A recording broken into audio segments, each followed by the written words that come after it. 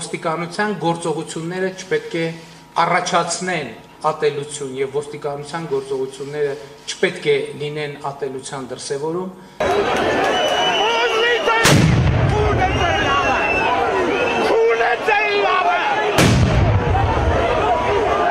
Ատելությունը որպես հարաբերությունների հատկանիշ ընդհանրապես դուրս է եկել ոստիկանության եւ հասարակության հարաբերություններից, ընդհանրապես դուրս է եկել իշխանության եւ հասարակության հարաբերություններից։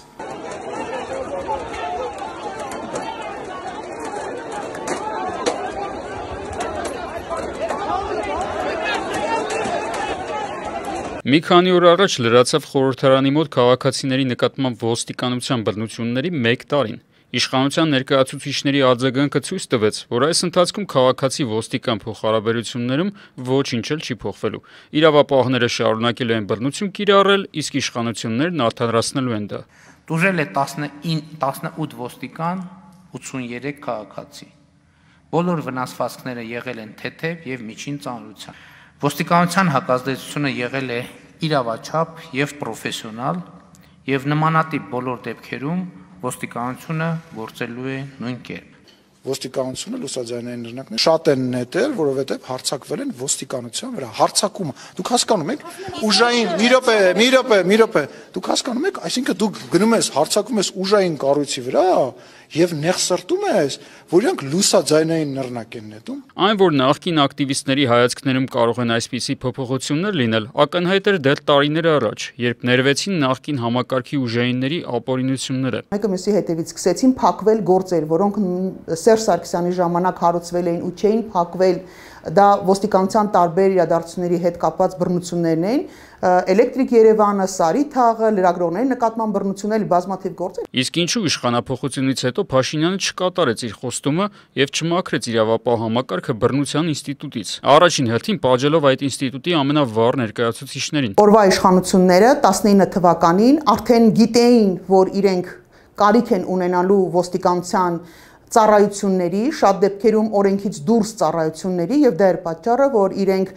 ցույց տվեցին կոնկրետ առարկայական իրենց գործողություններով, թե ինչ են պատրաստ անել այդ ոստիկանության համար, ամենակարևորը ոստիկանների համար, դա պատասխանատվության չենթարկվելն էր։ Այսինքն ոստիկաններն իշխանություններին խիստ անհրաժեշտ են, այդ իսկ պատճառով նրանց ապօրինությունների վրա աչք է փակվում, նույնիսկ եթե կան դրանք փաստող առերևույթ ապացույցներ։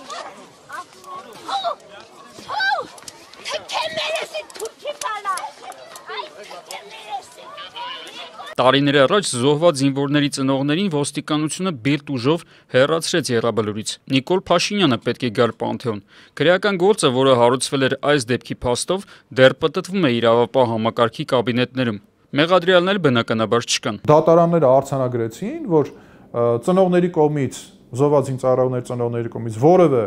անթույլատրելի գործողություն չէր կատարել, հետևաբար ոստիկանների բոլոր գործողությունները իշխանությունների լիազորությունների վերազանցում էին։ Դրանից հետո կարճված գործը վերսկսվեց, գնաց քննչական կոմիտե, բայց առ այսօր որևէ դրանով գործողություն չի կատարվում։ Նման դեպքերում իշխանության ներկայացուցիչների պատասխանները սպասել են, լղոզված եւ անհույս։ Վստահեցնում եմ, որ դուք չեք գտնի ոստիկանական համակարգում կամ ներքին գործերի նախարարության համակարգում որևէ մեկին, որը կխրախուսի ոստիկանության ծառայողին գործել հանցանք։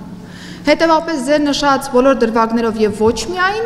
դրանք դարձել են քրեական վարույթի մաս, քննչական կոմիտեի կողմից կա նախաքննություն։ Վերևից ստացվում է ցուցում, նոր միայն անձի նկատմամբ իրականացում է քրեական հետապնդում, այնել են բացառիկ դեպքերում, երբ էլ հնարավոր չի որևէ ձև դա ծածկել քողարկել։ Մնացած բոլոր դեպքերում ոստիկանների նկատմամբ որևէ բան չի կատարվում։ Այսօր ոստիկանները առավել անձեռնմխելի են, քան դիվանագիտական կորպուսի ներկայացուցիչները, ազգային ժողովի падգամավորները, առավել անձեռնմխելի են։ Շատերը գուցե մտածեն, որ դեպողոքի ակցիաների ընթացքում ոստիկանությունը ունի ապօրինի բռնություն կիրառելու իշխանության թույլտվությունը, իսկ այդ դեպքում սովորական կենցաղային մակարդակում ինչու են շարունակվում իրավապահների բռնություններն ու ապօրինությունները, որոնք պարբերաբար հայտնի են դառնում հանրությանը։ Ստանում է քաղաքական պատվեր, գնում այդ բռնարարքի կատարման, չէ, որի համար ինքը քրեական գիտի, քրեական պատասխանատվության չի ենթարկվելու։ Հետագայում արդեն ինքը ունենում է այլ մի, չգիտեմ, գործ,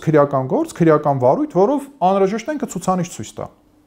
Ինքը դրանով արդեն չի խորշում նույն արարքը կատարելու, որովհետև եթե ինքը ծառայություն է մատուցել իշխանությանը, ինքը համոզված է, որ իշխանությունը այդ բռնարարքի համար իր նկատմամբ նույն քրեական հետապնդումը չի հարուցելու, չի իրականացնելու։ Խորհրդային Միության ժամանակվանից գործող օրենք կա, չէ՞, հայտնի ֆիլմից։ Ես քեզ դու ինձ։ Այդ ես քեզ դու ինձ մեթոդը միջև հիմա գործում է, ոչ մի բան չի փոխվել։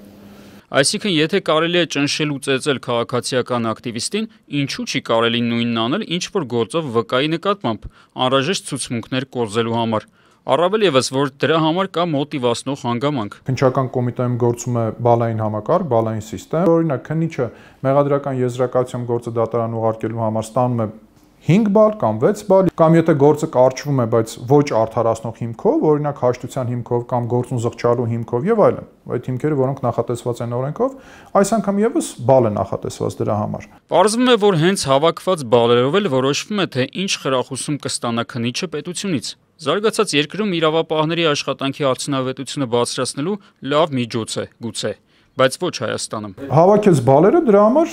դրամական խրախուսում է ստանում քննիչը կամ որոշակի այլ հավելյալ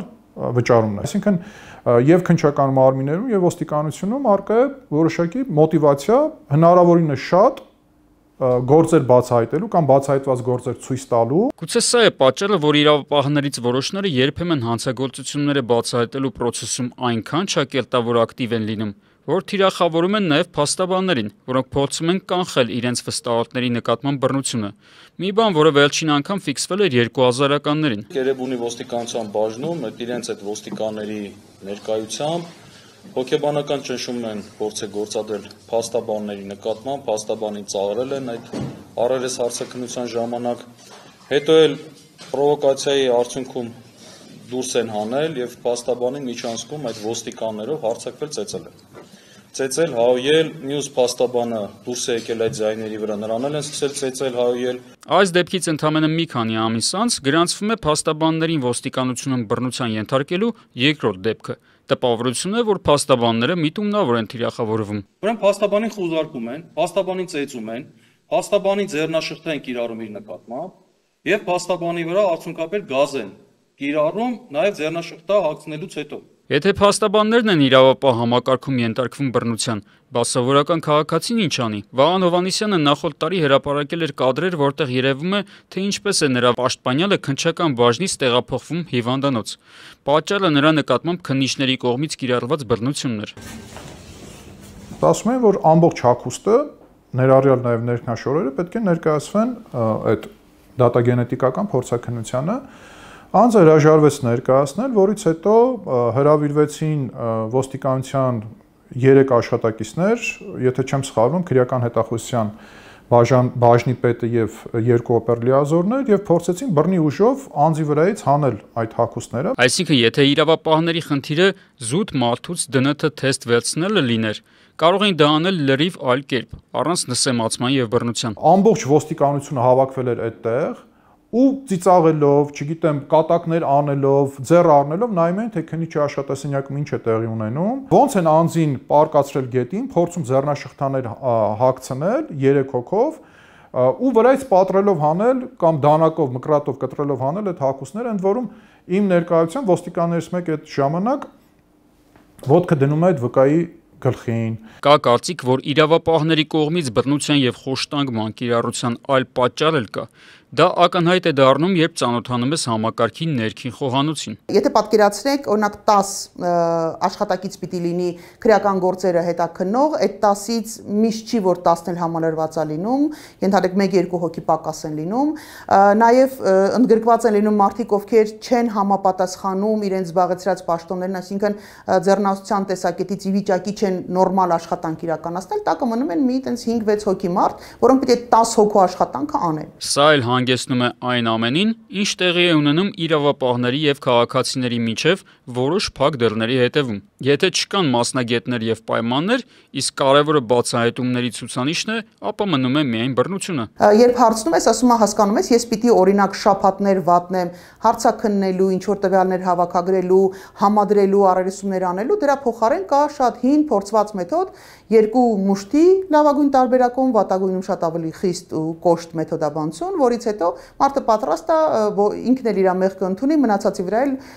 լիքը բան գրի։ Ու ես լիքը գործեր բացահայտեմ։ Հիմա եթե կա կարճ ճանապարհը եւ դրա համար պատասխանատվության հարց չկա, ինչի պիտի ես ընտրեմ երկար ու անորոշ ճանապարհը։ Հնարավոր է, որ խոշտանգումը եւ բռնությունը գործիք դարձրած իրավապահները մտածում են, որ իրենց արարքների համար երբեք էլ պատասխան չեն տալու։ Տարիներ անց դրանց մասին կմոռանան կամ նույնիսկ եթե հիշեն, վաղեմության ժամկետն անցած կլինի։ Շատ կարևոր բան ասեմ, որի մասին շատ ոստիկաններ չգիտեն։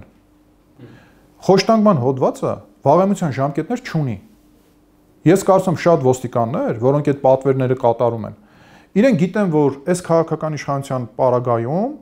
անցնելու են վաղեմության ժամկետները եւ իրենք չեն ենթարկվելու պատասխանատվության։ Ոչ։ Հատկանշական է, որ արևմտյան կազմակերպությունները, որոնք նախկինում չափազանց ակտիվ էին արձագանքում իրավապահների բռնություններին, հիմա դրանք չնկատելու են տալիս եւ ամեն կերպ քաջալերում են իշխանություններին։ Պատահական չէ, որ 1 տարի առաջ ազգային ժողովի մոտ տեղի ունեցած ընդհարումից հետո Հայաստանում ԱՄՆ դեսպանատունը հրապարակեց հայտարարություն, որում բացահայտ պաշտպանում էր իրավապահներին։ Արմեն Նաթալյան, Օրագիր Նյուզ։